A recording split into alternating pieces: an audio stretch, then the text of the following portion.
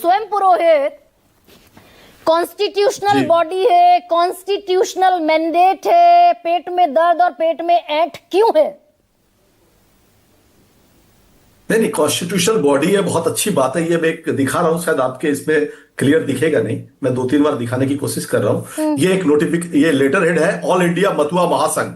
इसमें लिखा हुआ है eligibility certificate to whom it may concern this to certified dash ये व्यक्ति को वी प्रीवियस नेशनलिटी वाज, मतलब हमारा पहले का जो नेशनलिटी था वो इसमें डिक्लेयर कर रहे हैं। और नीचे में उनको एक आईडी कार्ड दिया जा रहा है पैसे लेकर के। कौन दे रहा है? मथुआ समाज के जो संगठित के जो सेक्रेटरी है, उनका नाम है श्री शांतनु ठाकुर, जो भारतीय जनता पार्टी के ये पश्चिम बंगाल में लोकसभा में सांसद है। उसके अलावा ये बहुत इंपॉर्टेंट पॉइंट है कि ये बोल रहे हैं ये पैसा लेकर के मथुआ समाज बांग्लादेश के लोग हैं, इनको आज तक इन्होंने कहा था सीए, आपको पता होना चाहिए 2019 में भी इन्होंने सीए एनआरसी किया था। पश्चिम बंगाल का 2021 का चुनाव आने के कुछ दिनों पहले इनको याद आता है घुसपैठिए। इनको आसाम, त्रिपुरा, नॉर्थ ईस्ट में जो घुसपैठ होती है वो नहीं दिखाई देती है, क्योंकि वहां पे ऑलरेडी इनकी सत्ता है।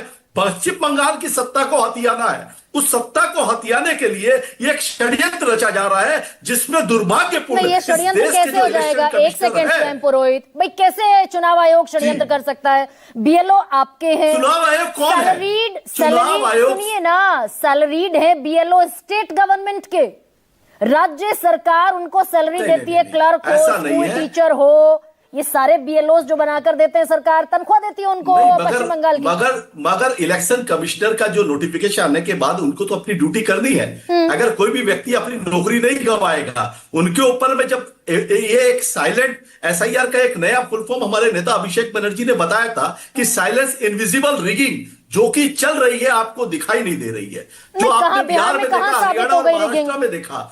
बिहार के चुनाव में पूरे विपक्ष ने कहा रिगिंग हो गई। जब इनकी सत्ता जाए साबित कैसे होगी जब इलेक्शन कमिश्नर 2024 की वीडियो रिकॉर्डिंग सीसीटीवी फुटेज नहीं दे पाते हैं, बोलते हैं हमारे पास से खो गई है, हमारे पास से हट गई है। तो अगर इस तरह का तर्क अगर इलेक्शन का क्यों नहीं है, ट्रांसपेरेंसी क्यों नहीं है? जब महिलाओं की फोटो डिक्लेयर करने बोला जाता है कि तब वो बोलते हैं कि नहीं महिलाओं के लिए हमें रोकना, हम नहीं दिखा सकते हैं, उनकी प्राइवेसी है। तो आप महिलाओं की फोटो सुबह पहले दिखा करके क्रिकेट टूर्नामेंट की जो जीती हुई विश्व विजेता महिलाओं को बैठ के दिन भर टीवी चैनल में दिखाते हैं, और एक तरफ बिहार में वोटिंग चलती रहती है। ये क्या है? ये अपने आप में एक इलेक्शन कमिश्नर ने कुछ किया इसके अगेंस्ट में? कितनी इनके ऊपर में ये हर साल करते हैं, हर चुनाव में करते हैं। आप जितने चुनाव हो आप देखिए, कहीं भी वोटिंग चलती है, दिखाएंगे मोदी जी फलाना जगह प्रचार कर रहे हैं, वहां से भाषण दे रहे हैं। क्यों दिखाएगी इलेक्ट्रॉनिक मीडिया? इसके ऊपर तो इलेक्शन कमीशन ने आज तक कोई संज्ञान नहीं लिया, आज तक नहीं लिया। ये जो शुरू हुआ 2014 के बाद, उसके पहले ऐसा कभी नहीं होता था। आपने भी देखा है क्या कोई चुनाव ऐसा कि जिसमें कहीं पे मनमोहन सिंह जी कहीं वोट दे रहे हैं, दूसरी जगह प्रचार कर रहे हैं? उसके पहले वाजपेयी जी ने भी ऐसा कह रहे हैं कि चुनाव आयोग का ये मैल फंक्शन सुप्रीम कोर्ट की निगरानी के बावजूद चल रहा है इस देश में। एकदम चल रहा है। सुप्रीम कोर्ट में तो सुनवाई है, तारीख मिल जाएगी ना। अब अगली तारीख है 26 तारीख की तारीख है, फिर उसके बाद कोई और तारीख मिलेगी। केस चलते रहेंगे, पीआईएल जाहिर भर्ती करते रहेंगे लोग। इनको फर्क क्या पड़ता है? तो बैकआउट कर जाइए फिर, ये तो सुनहरा मौका है भाई, उसी सिस्टम में खेलेंगे और उसी सिस्टम में हार जाएंगे। ना एक सेकंड, उसी सिस्टम में खेलेंगे और हार जाएंगे, कहेंगे हम नहीं खेलते, तो गलत है। नहीं खेलने की बात कौन कर रहा है? खेल रहे हैं, हर लड़ाई लड़ रहे हैं, हर लड़ाई लड़ी जा रही है। पश्चिम बंगाल में इन्होंने 2014 के बाद में जितने चुनाव है, 16 को, 19, 21 और 24 में भी इनकी सीटें घटी, इनके वोट परसेंटेज घटे। इनको पता चल गया कि अब की बार 400 पार का नारा देने वाले मोदी जी जब 240 पे आके अटक गए, तो अब क्या किया जाए कि अगली बार। और ये भी कैसे बची? ये भी बैसाखी नीतीश कुमार और दूसरे वो चंद्रबाबू, ये आंध्र के अच्छा, ये सारा जो गड़बड़ झाला है ये बीजेपी को 11 साल बाद समझ में आया। 2024 की बीजेपी को तो समझ में आ ही रहा है, क्योंकि बीजेपी को 11 साल बाद समझ में नहीं आया। उनके पास में सत्ता की चाबी है, अपने लोगों को बिठाया। 11 देखिए कैसे हुआ कि सुप्रीम कोर्ट को हटा दिया गया। जब आप इलेक्शन कमिश्नर को चुनते हैं, इलेक्शन कमिश्नर को चुनने की जो प्रणाली होती थी, उसमें सुप्रीम कोर्ट का एक बहुत महत्वपूर्ण रोल होता था। क्या होता आपने था? क्या किया? आपने बहुत नहीं बता दीजिए। रोल यह होता था, आज leader of opposition prime minister of India और जो सुप्रीम कोर्ट के जो जज हैं वो 3 मिल करके इनको चुनते थे। नहीं, कभी नहीं चुना सीजीआई ने। हटा दिया।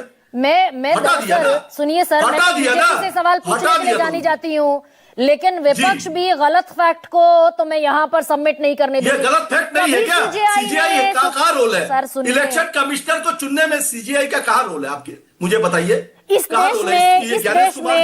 देश में अरे भाई सुनिए ना स्वयं पुरोहित, इस देश में 78 साल हो गए आजादी के। सीईसी चीफ इलेक्शन कमिश्नर कभी सीजीआई की मौजूदगी में उनके सहित किसी कमेटी से नहीं चुना गया। अगर दोनों, अगर लीडर ऑफ अपोजिशन और प्राइम मिनिस्टर और तीसरा आदमी वही रहते थे, थर्ड वो रहते थे, 3 जनों की कमेटी ही अपॉइंट करती थी। मगर उस अपॉइंटमेंट की कमेटी से जब उनको हटा करके भारतीय जनता पार्टी वाले अपने ही किसी मंत्री को बिठा देते हैं तो वहां पे पक्षपात तो होगा ही। तो ये तो 2023 में हो गया था। कुमार जी का इतिहास देखिए। उसके बाद तो आपने लोकसभा चुनाव लड़ा और बीजेपी को 18 सांसदों से 12 पर समेट दिया। जी, ये हुआ ना बंगाल में। उसके बाद भी 2024 के बाद भी नहीं, देखिए बंगाल की जो राजनीति है ना, यहां पे जमीन के अंदर में मां माटी मानुस की सरकार घुसी हुई है। ये जो घुसपैठिए चिल्ला रहे हैं ना, ये घुसपैठिए एसआईआर कुछ भी कर लीजिए, उसके बाद भी चुनाव होगा। मगर दीदी ने जो पत्र लिखा है उसपे क्या लिखा है कि भाई आपको इतनी हड़बड़ी क्या है कि आप 2 महीने में या 3 तारीख की एक तो एक्सपायरी डेट दे दी कि इसके बाद में आपके फॉर्म जमा नहीं होंगे। अरे कितनों के फॉर्म जमा नहीं हुए, कोई कहीं नौकरी करता है बिहार। मैं आपको गारंटी के साथ बता सकता हूं कि जिन लोगों में, मैं आप बोलोगे तो अगली डिबेट में आपको डाटा दूंगा कि जो व्यक्ति बिहार में वोट देकर आया है उसने यह पश्चिम बंगाल में भी एनुमरेशन फॉर्म भरा है। इसकी जिम्मेदारी किसकी है? जब पार्लियामेंट के अंदर में खड़े होकर प्रधानमंत्री बोलते हैं कि आधार लिंक से कर दो, आप रुपए देते हैं बैंक के अंदर में, आपको जाने की जरूरत नहीं है, आपको लोन मिल जाएगा मोबाइल के माध्यम से, आपको कुछ करने की जरूरत नहीं है, तो आप सीधा सिस्टम क्यों नहीं करते? अच्छा, हो? आप आधार लिंक कर दो। हाँ, आप आधार कार्ड से लिंक क्यों नहीं कर रहे हो? ओके स्वयं पुरोहित,